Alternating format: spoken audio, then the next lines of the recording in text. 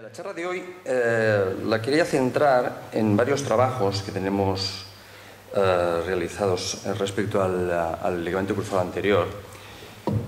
Y ya conocéis el grupo, sin el cual pues, mucho de lo que vamos a hablar hoy no hubiera sido posible. Y quería empezar con esto, y esto al final es un poco lo que todos nosotros que nos gusta la ciencia lo que queremos ver reflejado. Es decir, todas estas teorías que tenemos, toda esta investigación, todas estas revisiones, se tiene que convertir al final en papel que podamos transmitir a los demás compañeros para ir mejorando, ir avanzando. Pequeños avances que vayan sumando y que consigamos ir mejorando los tratamientos que estamos realizando en nuestra práctica diaria. Entonces, como podéis ver aquí, vamos a centrar, hoy os voy a comentar sobre todo. Este es el trabajo que hemos presentado este año, la tesis doctoral sobre la aplicación de factores en las zonas dadoras del ligamento cruzado, que luego os explicaré con calma. Este es un trabajo que se publicó a principios de este año, que os ha comentado antes el doctor Álvarez, que es sobre cómo evolucionan, cómo maduran los ligamentos cruzados evaluados por resonancia magnética, con unas clasificaciones basadas en las clasificaciones de Howell en el año 91, pero mejoradas por nuestro experto en el grupo en resonancia magnética, que es el doctor Jordi Català, y luego dos trabajos que se basan en uno solo, en el cual analizamos qué pasaba cuando se acabase esta plastia del injerto del tendón rotuliano. Y para esto tuvimos que inventarnos una clasificación, porque no había estudios en este área, con nuestra experta en ecografías, que es a su vez la doctora Marta Ríos. Es decir, hemos intentado sacar rendimiento a los expertos en diferentes campos para poder buscar nuestras propias conclusiones. Bien, hemos hablado, el doctor Álvarez os hablaba antes del ligamento cruzado anterior, de las lesiones parciales, y quiero insistiros en que el ligamento cruzado es una estructura anatómica que nos va a dar una gran estabilidad de la rodilla. De hecho, ya veis, casi el 85, casi el 90% va a dar la resistencia en las traslaciones anteriores y rotacionales de la rodilla. ¿Y esto qué significa a nivel social? ¿Esto es importante o no es importante? Estamos en una sociedad en la cual todos sabemos que el deporte es una parte de nuestra vida. Y como os lo ha explicado antes el doctor Álvarez, pertenece a la Federación Española de Fútbol, en su delegación catalana, y ahí tienen la mutualidad de futbolistas. Y estos son los datos. Cuando uno les pregunta a ellos que están allí qué datos tienen, pues hablaba de más de 140.000 licencias. Y esto, cuando uno va a la estadística nacional y se pregunta si esto es mucha gente o poca gente, se da cuenta de que estamos hablando del 1,6% de la población. Y a fútbol no juegan las abuelas de 80 años, juegan la población entre 15 y 35 años. Y cuando uno mira qué porcentaje de la población es esa, se da cuenta que es el 5% de la población.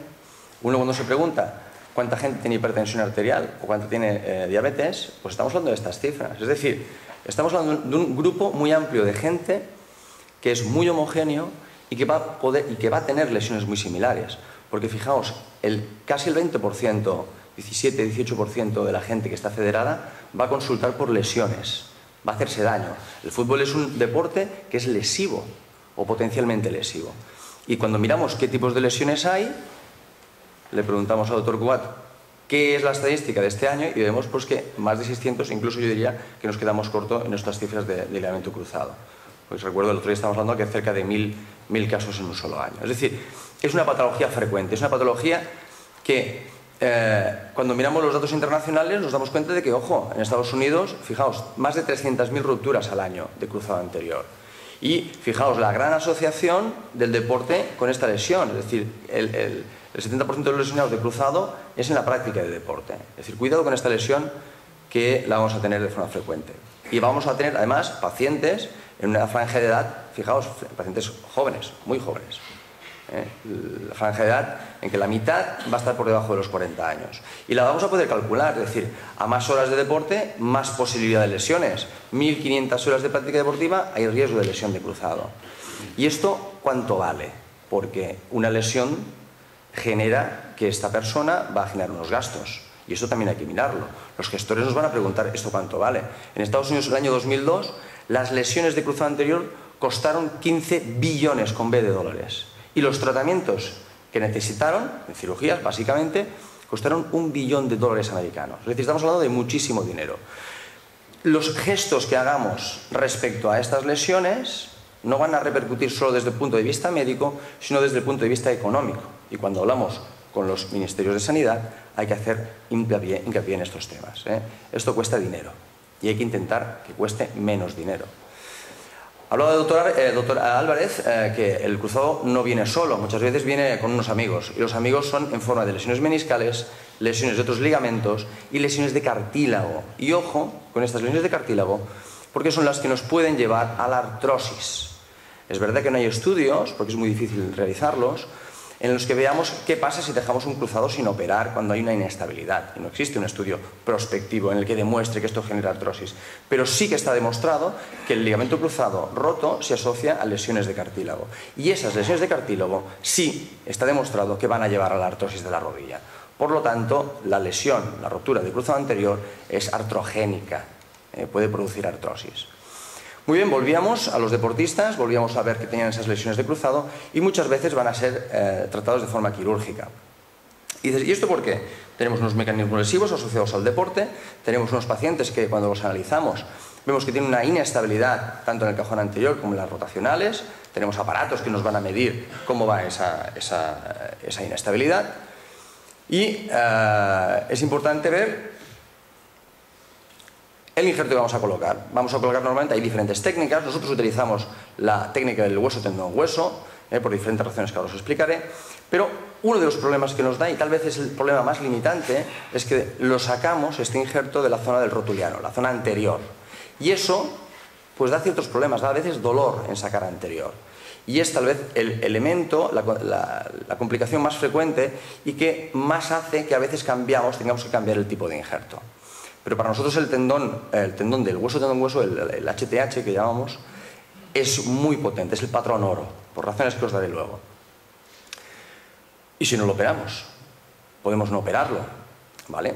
Podemos no operarlo, podemos tener una persona que le dé miedo a cirugía, podamos valorar, bueno, igual si no hago una actividad, pues tal vez no pase nada. Y efectivamente el tratamiento conservador a veces se realiza, pero el problema es que esta rodilla no nos dejará hacer cosas que a lo mejor hacíamos antes. Tenemos que renunciar a ciertas actividades físicas en las que vamos a solicitar a esta rodilla unos movimientos que con la ausencia de este cruzado anterior no vamos a poder hacer. Por tanto, en gente que hace deporte, habitualmente vamos a recomendar el tratamiento quirúrgico. Y los no quirúrgicos, cuando hacemos un tratamiento conservador, ¿por qué no van bien? Porque hay unos elementos biológicos que no dejan que vuelva a engancharse este cruzado anterior. Y las tasas de fallo residual, veis que oscilan entre el 40 y el 100%. Es decir, no podemos fiarnos de que se cure este cruzado de forma espontánea.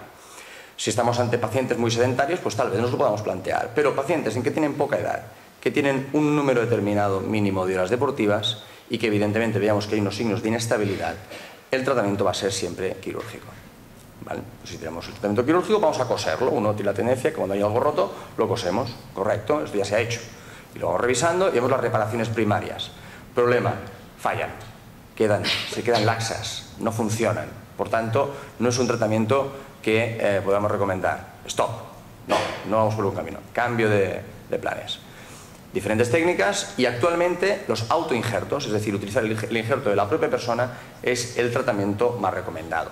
Normalmente hay dos grandes grupos, el de HTH y el discotibiales, que en las grandes series no tienen muchas diferencias, pero que sí que sabemos que el HTH es el patrón oro, es el que nos da menor laxitud, mayor incorporación al incorporar hueso sobre este injerto y tienen menor tasas de rupturas y evidentemente respecto a los injertos de donante no tiene riesgo de transmisión de ningún tipo de enfermedad.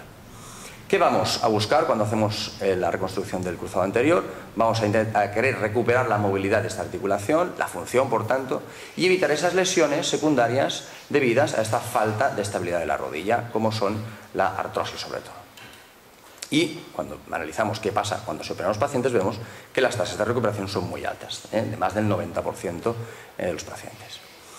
Muy bien, hablamos de esto, de que cuidado con las lesiones meniscales y las lesiones de cartílago que nos pueden llevar a la artrosis.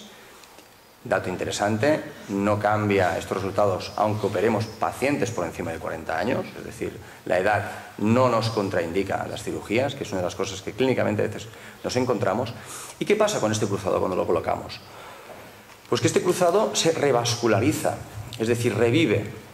Sacamos un injerto de un sitio, le quitamos la vascularización porque lo amputamos de la zona donde está ubicado y lo recolocamos en otro sitio.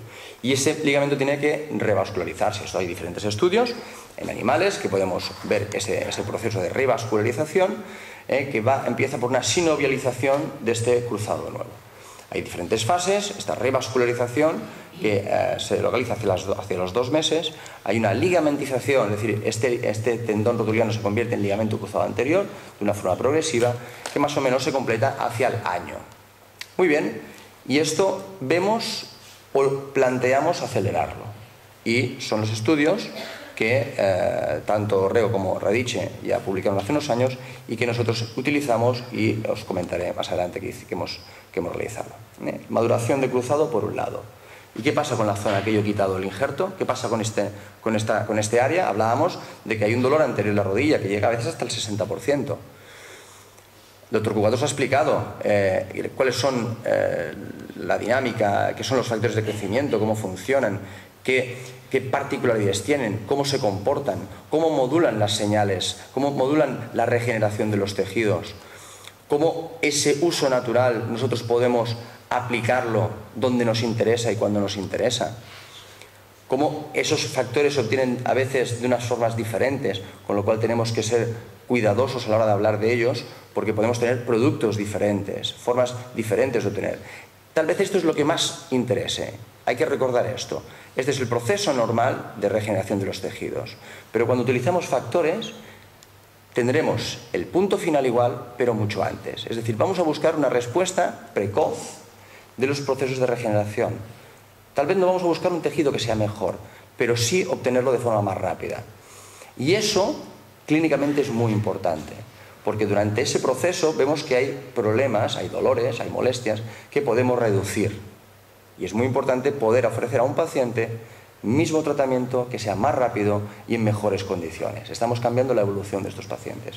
Y si encima hablamos de pacientes deportistas, estamos hablando de reincorporaciones tempranas a sus actividades deportivas, que en algunos casos pueden ser profesionales. Es decir, ahí es importante porque ahí van a jugarse el tipo de trabajo que hacen. Los factores lo que van a hacer es van a mimetizar el estadio inicial de las respuestas inflamatorias. Y lo que nosotros vamos a hacer es modular eso.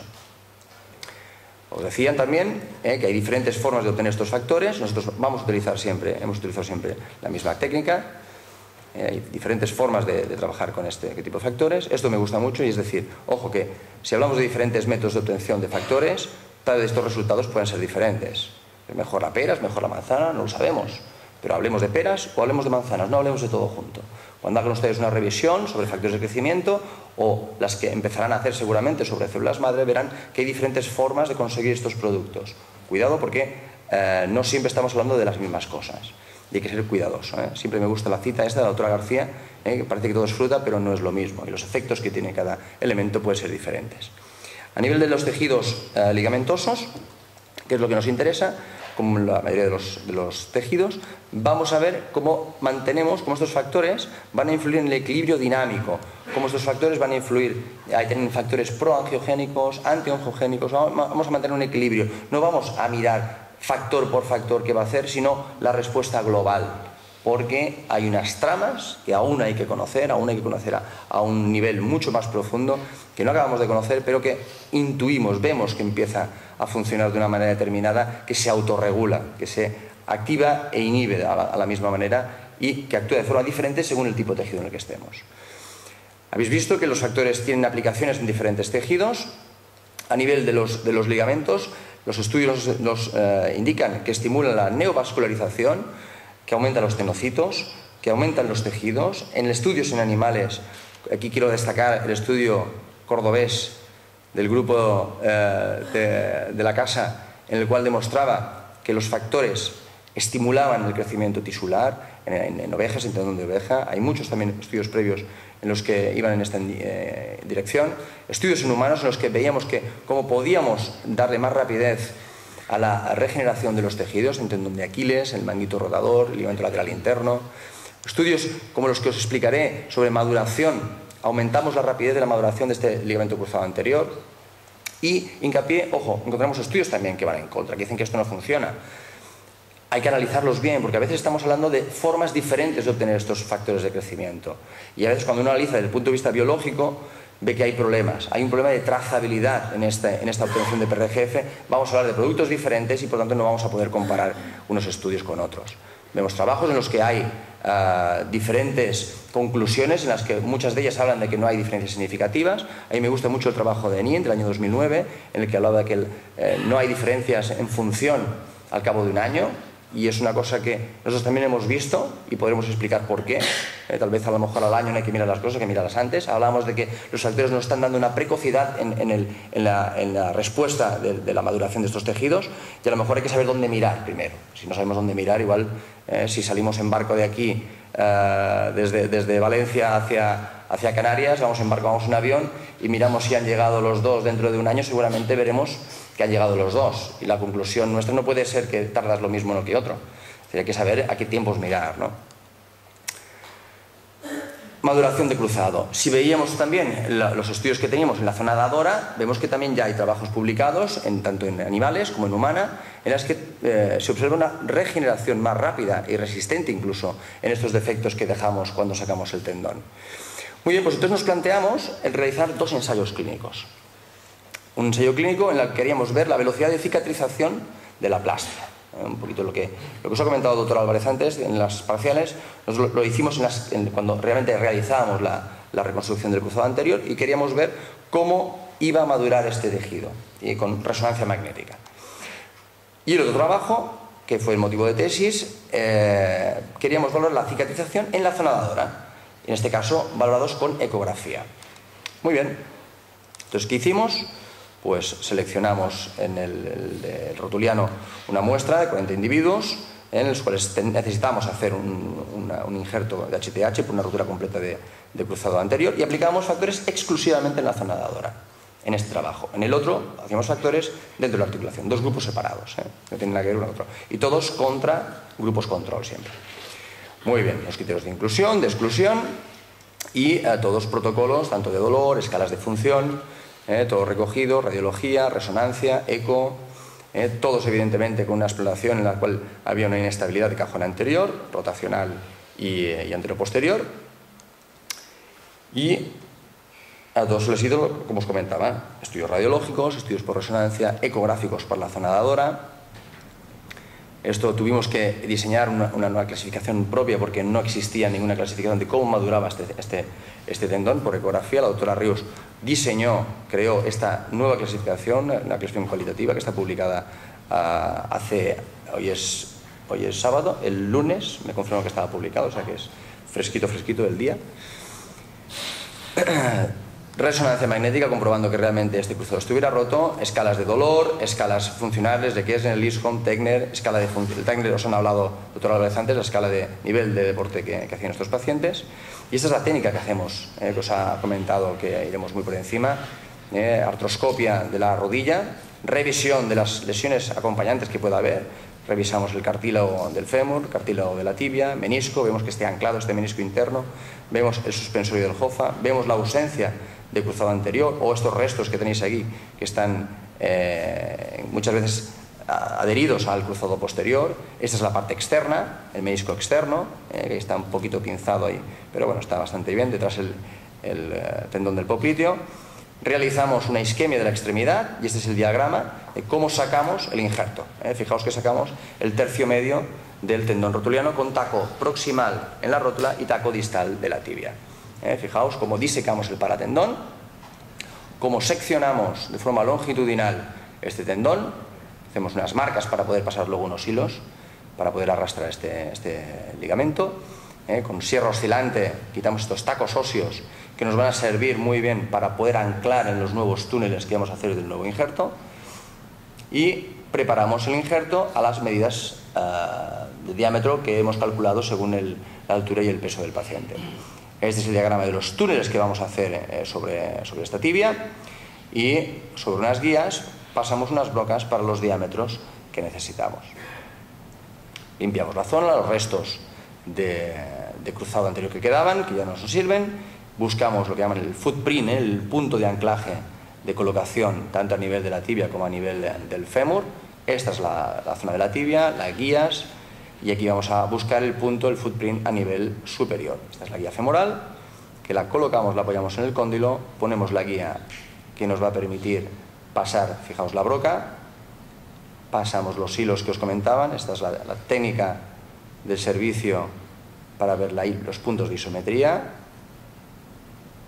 Fijaos, el dedo mágico, muchas veces el de Jordi Navarro, que es el que nos ayuda a decidir si se la pondría para él o no se la pondría para él. Si es para él, es que es buena, quiere decir, por lo cual nos fiamos mucho de él. Y este es el diagrama de cómo quedaría. Subimos la plastia, es decir, colocamos este injerto que hemos preparado por esos túneles que hemos hecho, fijaos, ¡pum!, sube para arriba y va anclado al túnel. Fijaos cómo vamos metiendo hasta anclarlo, hasta la zona de ligamento, de un lado y de otro. Lo he puesto de los dos lados para que lo veáis bien. Y aunque pudiera ir a veces a presión, este tendón nos queremos asegurar de que no se mueva. Y vamos a colocar un tornillo que expanda. Vamos a colocar entre este taco y el túnel que tenemos, para que quede a presión, para que quede realmente seguro. Utilizamos una guía, esto es una terraja o un macho, en el cual vamos a marcar el paso de rosca, y ahí veis el tornillo, cómo lo vamos colocando, haciendo presión de este taco, hueso contra hueso. El hecho de que sean tacos óseos nos da mucha seguridad y mucha rigidez. Por eso el injerto de rotuliano nos ofrece, aunque sea técnicamente un poquito más complicado, nos ofrece más seguridad respecto al otro gran tendón, que son los isquiotibiales, que son ligamentos sin taco óseo, ¿no? Lo mismo que hemos anclado arriba, lo anclamos abajo. Pensar que hay el orificio, el túnel de la femoral, ahora es el túnel tibial, y vamos a hacer algo parecido. Una vez colocado, vemos que la tensión será adecuada, y una vez esté la tensión adecuada, colocamos este tornillo, la misma técnica que hacíamos arriba, pues ahora lo colocamos abajo, igual. Comprobamos la tensión, y si es suficientemente buena, ya tenemos el cruzado nuevo. El punto de isometría y la dirección correcta. Muy bien, cerramos este tendón. El paratendón es lo que cerramos. Fijaos, la capa que cubre el tendón rotuliano. Sutura simple, simplemente no tiene más historia. Y una vez cerramos todo, como tenemos localizado el defecto que deja en el rotuliano, aplicamos factores rellenando esta zona, diferentes niveles, y ese fue uno de los estudios. Uno de los estudios fue poniendo solo factores en la zona dadora, y con ecografía veíamos qué iba pasando a lo largo de un año, de 2 años realmente era el estudio. El otro estudio era esto era comparado con un grupo control, que no hacíamos nada, ningún tipo de factor, quiero decir, y el estudio en el que veíamos la maduración del cruzado, simplemente poníamos factores articulares al final de la cirugía, también comparado con un grupo control. Muy bien, los factores ya habéis visto la forma de obtenerlos, el protocolo de Anitua, las claves de estos factores, ya os he hablado de ellos. A los pacientes todos les hizo el mismo posoperatorio, la medicación, los procesos de rehabilitación siempre iguales, es decir, no buscábamos cambios en ese sentido, queríamos solo una variable. ¿Y qué hemos obtenido? Bien, del estudio primero, el estudio en el que queríamos ver era en población de futbolistas todos, 100 pacientes, perdimos 2 en el seguimiento, nos quedaron 2 grupos de 49 pacientes, uno tratados con cirugía y factores articulares respecto al grupo control, en que simplemente se les hizo la cirugía estándar, y lo que vimos es, esta es la forma de aplicar, al final de la cirugía se les aplicaba simplemente una inyección, una única aplicación de factores de crecimiento, y con el doctor Català hicimos un protocolo de seguimiento de resonancias sistemáticas a lo largo de varios meses para ver cómo maduraban y poder comparar el grupo, estudio ciego, él no sabía qué grupo era, qué era cada grupo, el paciente tampoco, era doble ciego. Veíamos cómo maduraban más rápido, menos rápido en función de la evolución. Y esta era la clasificación que seguimos. Está basada en la de Howell, pero modificada por Jordi Català. Es una cosa que hay que insistir muy bien, porque es actualmente el experto a nivel nacional en poder valorar estos cruzados. Realmente tenemos mucha confianza en él. Y estos son los resultados que nos dio. Podéis ver las gráficas blancas, las columnas blancas, es el grupo con factores, la negra es sin factores, y la izquierda representaría los estados más inmaduros y la derecha los estados más maduros. A más a la derecha, más maduración. Y cuando analizamos qué pasa a los 4 meses, vemos que hay diferencias significativas entre los dos grupos. El grupo con los factores está globalmente más maduro que el sin factores. Y cuando lo miramos a los 6 meses, también hay muchos más pacientes que incluso han llegado a la maduración completa respecto al grupo negro que todavía está en fases de no maduración. Y si vamos a los 12 meses, ya no hay diferencias, todos han madurado. Entonces, cuando uno pensaba y miraba cómo iba la función al cabo de un año, es que llega tarde, señores, que al año ya se ha vendido el pescado, que hemos llegado a la tarde al mercado, ya está todo vendido. Vayamos pronto, porque es que si no miramos pronto, no vamos a ver diferencias. Vamos a buscar precocidad. Estos son los datos, diferencias significativas a los 4 y a los 6 meses. ¿Y el otro estudio qué nos dijo? El otro estudio incluyó 46 pacientes, edad media 30 años, se aleatorizaron en 2 grupos, a los 2 se les aplicó la misma cirugía, a uno factores y a otro no factores. Seguimiento, se pierden 4 pacientes en el seguimiento por problemas burocráticos, quedan estos 2 grupos. ¿Y qué vemos con ecografía? Hacemos ecografías seriadas, vemos cómo va madurando con esta clasificación de Rius y vemos que va madurando y de repente, a un momento determinado, uno, ¡boom!, pega el salto cuántico, madura mucho más rápido. Y eso son los 4 meses. Vemos que de repente hay diferencias significativas de aceleración de la maduración en los 4 meses. Vemos que en los 4 meses el grupo control solo ha madurado de forma completa el 10% y en cambio el grupo que le pone los factores ya ha madurado más de la mitad de los pacientes. Y esto en los gráficos vemos esto y sobre todo vemos esto. Esta es la curva de supervivencia en la cual vemos que los pacientes que no tienen maduración del ligamento rotuliano van evolucionando hacia esa maduración, que lo hacen todos, pero vemos que mientras el grupo control lo hace a una velocidad determinada, que hacia los 6-7 meses prácticamente es cuando todos los pacientes van madurando, si ponemos factores esto lo aceleramos. Es decir, tenemos una evolución similar a la que veíamos con la maduración de la aplastia. Y aquí estamos hablando de la zona dadora. Pero ojo, que el dolor está mejor controlado. Fijaos que hay diferencias significativas en los primeros 4 meses. En los pacientes que les ponemos factores tienen mucho menos dolor, con diferencias significativas en esta cara anterior. Y recordar que lo decíamos antes, al principio, que el dolor anterior era el limitante principal de este tipo de aplastia. Es decir, no solo estamos mejorando la biología, sino estamos cambiando la clínica de estos pacientes. Fijaos la curva de dolor. Hay que decir que, a ver, el VAS3 es el nivel de dolor que se considera que está bastante bien controlado, pero cuidado, 2 puntos de VAS es bastante, ¿eh? Los scores de calidad de vida, los scores de función a los 6 meses, al año, a los 2 años, pues evidentemente son los mismos, claro que son los mismos, porque no hemos cambiado el tipo de recuperación, estamos valorando qué ha pasado esto al año, pero toda esta película, fijaos, 4 meses, 6 meses, y aquí estamos hablando al año, 2 años, no hay diferencias significativas, claro que no, ni en el IKDC, que es el test de función de la rodilla, ni en el de Kesne, ni siquiera hay diferencias en el capacidad de juego que tienen estos pacientes. Vuelven a su Techner, igual, si les ponen o no se ponen, claro, porque toda esta película ya está hecha. Esto no lo estábamos midiendo. La calidad de vida de estos pacientes evidentemente es la misma. Si hacemos los test de estabilización, evidentemente no hay diferencias. Han mejorado todos, por supuesto, para eso se operan. Si no, malamente iríamos si no mejora el CAT-1000, que es el test de estabilidad. ¿Qué podemos ver? ¿Qué pasa cuando comparamos estos trabajos con el resto de bibliografía? Pues vemos, evidentemente, que muchos hablan de dolor rotuliano, hablamos de 4 al 60% en las tasas variables importantes de dolor. Que, ojo, que la reincorporación precoz de deportistas es un tema que interesa a mucha gente, que esta maduración de cruzado, ya vemos que hay otros grupos que también la han observado, que es verdad que hay diferentes resultados porque hay muchos tipos de factores que se están utilizando y esta diferencia de obtención de factores va a darnos productos diferentes que nos pueden dar resultados diferentes. ¿Pero qué hemos visto? Cuidado, que cuando ponemos las plastias tenemos que habíamos visto que maduraban estas plastias hacia el año, pero cuando utilizamos factores estamos viendo que estas plastias aceleran su maduración en la mitad de tiempo. Y eso nos abre un camino, nos abre posibilidades. Es decir, ¿podremos cambiar los protocolos de recuperación de estos pacientes? Es una cosa interesante de pensar.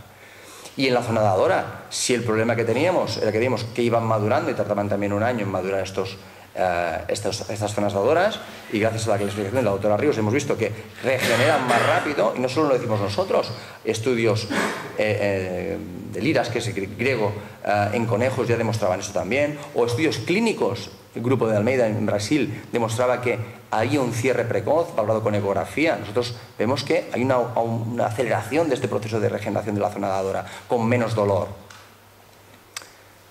A nivel precoz, no a nivel a largo plazo. No vamos a buscar si esto duele menos al cabo de un año. Al cabo de un año ya tiene que estar bien. Es a los primeros meses que es realmente cuando puede dar más problemas. Evidentemente no obtenemos, no hemos visto en estos estudios que hemos hecho nosotros diferencias entre los grupos en cuanto a la función. Todos, afortunadamente, van bien. Vuelven a recuperarse, tienen unos scores correctos. Estamos buscando la aceleración de este proceso.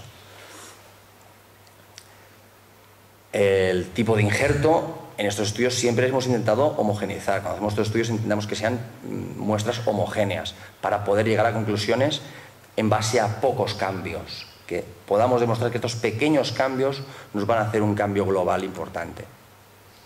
Importante, insisto una vez más, el tipo de cómo vamos a obtener los factores. Escojan un método, pero hagan siempre el mismo para poder concluir algo. Los estudios clínicos que había tanto el trabajo de Almeida como el de Cervellín, valoraban con resonancia, no hicieron con ecografía, pero con resonancia, pero con resultados muy parecidos al nuestro. Este fue el que hicimos nosotros, aplicación en líquido, no en gel, como había otros trabajos, de los factores en la zona dadora. ¿Qué conclusiones sacamos de estos dos trabajos? El primero, que el uso de plasma rico en factores de crecimiento aumenta la velocidad de maduración del injerto de HTH. Punto. Afirmado taxativamente. Segunda conclusión del segundo trabajo, que el uso de plasma rico en factores de crecimiento aumenta la velocidad, en este caso de la cicatrización de la zona dadora rotuliana, valorado con ecografía. Muy bien, ¿y esto qué significa? ¿Hacia dónde nos lleva? Pues nos lleva a un primer paso de un camino que espero que el año que viene el doctor Álvarez pueda hablarnos de unos temas muy interesantes, de cómo podemos valorar la respuesta neuromuscular. Es decir, estos pacientes sabemos que biológicamente podemos acelerar sus procesos de maduración, físicamente se pueden mejorar. Esto es un interrogante que dejo aquí, que ya os adelanto que sí, que evidentemente el doctor Álvarez espero que el año que viene pueda explicaros de una forma muy profusa cómo podemos medir esto. Y si podemos cambiar estos procesos de recuperación y podemos medir cómo van estos, podemos plantear nuevas pautas de recuperación, de precocidad.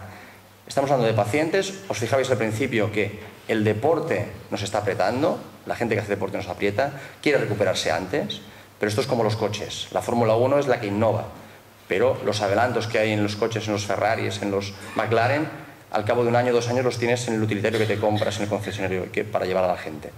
Esto es algo parecido. Lo que se hace a nivel deportista, a nivel de alta competición, lo podemos trasladar a la gran, inmensa mayoría de pacientes. Hablábamos antes hemos hablado de factores, se hablará de célula madre. Estos muchas veces, el que nos pide más es el más exigente, el que tiene un nivel deportivo más alto, pero ojo que la gran población, la gran mayoría, nosotros mismos somos potenciales usuarios o potenciales beneficiados de estos tratamientos que nos van a mejorar los tejidos. Muchas gracias.